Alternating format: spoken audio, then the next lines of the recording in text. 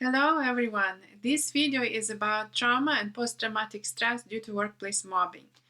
It is inspired by this book, The Body Keeps the Score, by Bessel van der Kolk. So Bessel van der Kolk is a psychiatrist, the founder of the Trauma Center in Brooklyn, Massachusetts, a professor of psychiatry at Boston University. And he is the author of this book that has the brain-based description of trauma. So first of all, I want to discuss why do we talk about trauma and post-traumatic stress due to workplace mobbing. Usually what happens, what leads to trauma is obviously a traumatic experience which is paired with a tug of contradictory stimuli. So, for example, there was this scientist, Ivan Pavlov. You may have heard about him. He was the one who discovered the classical conditioning. And in 1924, in his laboratory, there was a flood. And there was a flood not just in his laboratory, it was because the river Neva was flooding during that year. And so in Pavlov's laboratory, there were dogs who were in cages. And so these dogs were not able to escape because they were closed in cages. But they were rescued. And so what these dogs have experienced was a traumatic event, the flood. And then in terms of their body produced appropriate hormones for the dogs to run away, but they were not able to run away. They were immobilized. And so what happened to these dogs is that some of them became very aggressive and others became very withdrawn. So these dogs have experienced trauma and they had different reactions to trauma, and they were acting differently from how healthy dogs would have reacted. So how is this related to workplace mobbing? So in workplace mobbing, we have these contradictory stimuli. So on one hand, we want to fight the abuse, to stand up for ourselves. And on the other hand, we want to save our career and be nice to others and not fight it. And so also the workplace system may work as something immobilizing toward us, that we want to fight, but we don't know how. And every effort seems futile. So this is how workplace mobbing can lead to a traumatic response and to post-traumatic stress. Now, there was another experiment with dogs that I want to describe here. So in this experiment, dogs were again put in cages. The cages were closed and there was electric shock administered to dogs, and the dogs were not able to escape the cages. They had to stay in the cages while the electric shock was administered. And then after these dogs had experience of electric shocks and at the same time not be able to escape it, what they did, they opened the cages. So now they again administered electric shock to dogs who were now in open cages. But the dogs didn't escape. Even though the cages were open, they could escape electric shock, they didn't. Now, in comparison, healthy dogs who didn't have the experience of electric shock in a closed cage, they would escape. The dogs who had never had electric shock before and they were placed in an open cage and had electric shock, they would run away from the cage. But those dogs who have experienced electric shock in a closed cage, they stayed in the cage even when the cage was open. So how is this related to workplace mobbing? This is called learned helplessness. When we experience trauma, what happens to us is that we may have this narrowing of options. We may not seek the solutions that are available to us. There may be an escape. The cage may be already open. We may apply for another job. We may move to change a career, do something else, but we may not be able to see it because of the traumatic response of learned helplessness.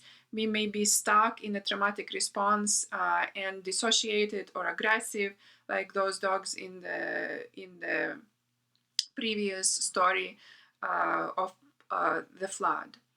So it's important to understand these contradictory forces in workplace mobbing, that on one hand we want to fight, on the other hand we may feel immobilized, and also it's important to acknowledge that there might be some options available to us that we may pursue that we may not be able to see at the time.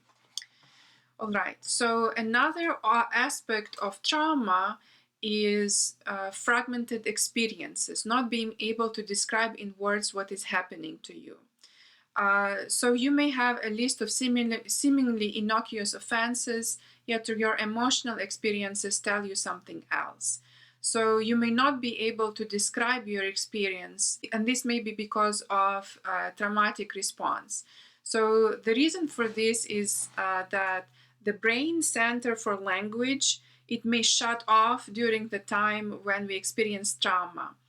And so what the part of the brain that is actually active during trauma, it may be the so-called emotional brain, the brain that contains the amygdala and the so-called reptilian brain. And the more evolved part of the brain that is responsible for processing information, for making decisions, for language processing, that part of the brain, sometimes what happens is that it shuts off. So you may not be able to completely describe your experiences because of that. And so it's good to be aware of that and to take extra time and extra effort to actually describe your experiences after you have had these experiences of traumatic events. So what goes on at work may seem very verbal, yet the traumatic experiences take place in our amygdala. So this is why it is so difficult to be believed. You don't have a verbal account of your experience. So it's important to verbalize your experiences as much as possible after you have experienced trauma. Now, the next aspect of trauma is trauma can make us feel stuck in a fight or flight or a freeze response.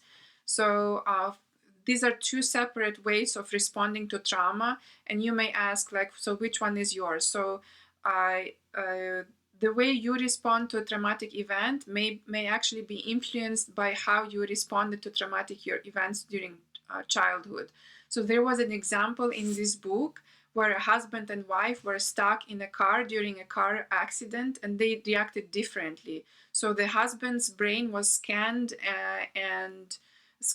when he was reminded of these traumatic events, and his brain was in fight or flight mode, and the wife's brain was scanned when she was reminded of the traumatic events, and her brain was in completely shut down in a dissociative mode. She was feeling nothing. Right? So they were in the same car accident, yet their brains reacted differently. So, and what may happen to you if you experience workplace mobbing is that you may cycle between fight or flight or the freeze response, and it's important to be aware of that. If you are in a fight or flight, if you are stuck in a fight or flight response, one characteristic of that is that you may have angry outbursts at other people, either at your family or at work, and these angry outbursts may actually be used to make it seem as if you were a problem to begin with, while your angry outburst may be actually a consequence of workplace mobbing. And if you are in a freeze response, then you may actually act passive, and your passivity may also be used against you. So it's important to do something to get unstuck from these traumatic experiences. There are treatments for post-traumatic stress, which I will describe at the end of this video. So it's important to be aware of this. Now, another aspect of trauma is timelessness.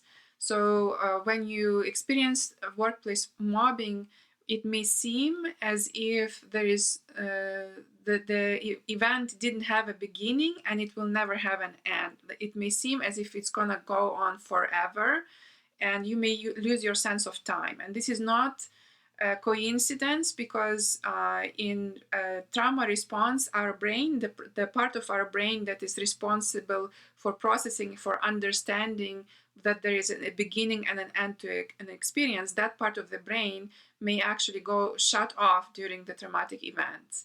So it is important to remind yourself that what is happening to you had a beginning, and at some point it will have an end, and it may already have ended in the past.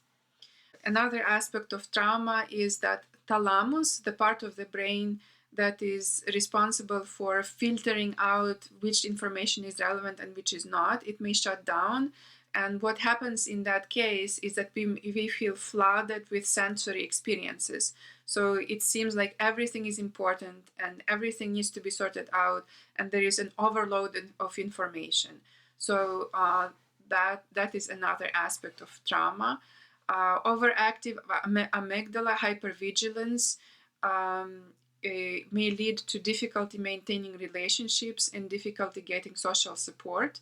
And then another aspect is dissociation, feeling as if this is happening with someone else, numbness, difficulty to use your own agency to do something about the situation, and looking for reassurance from others.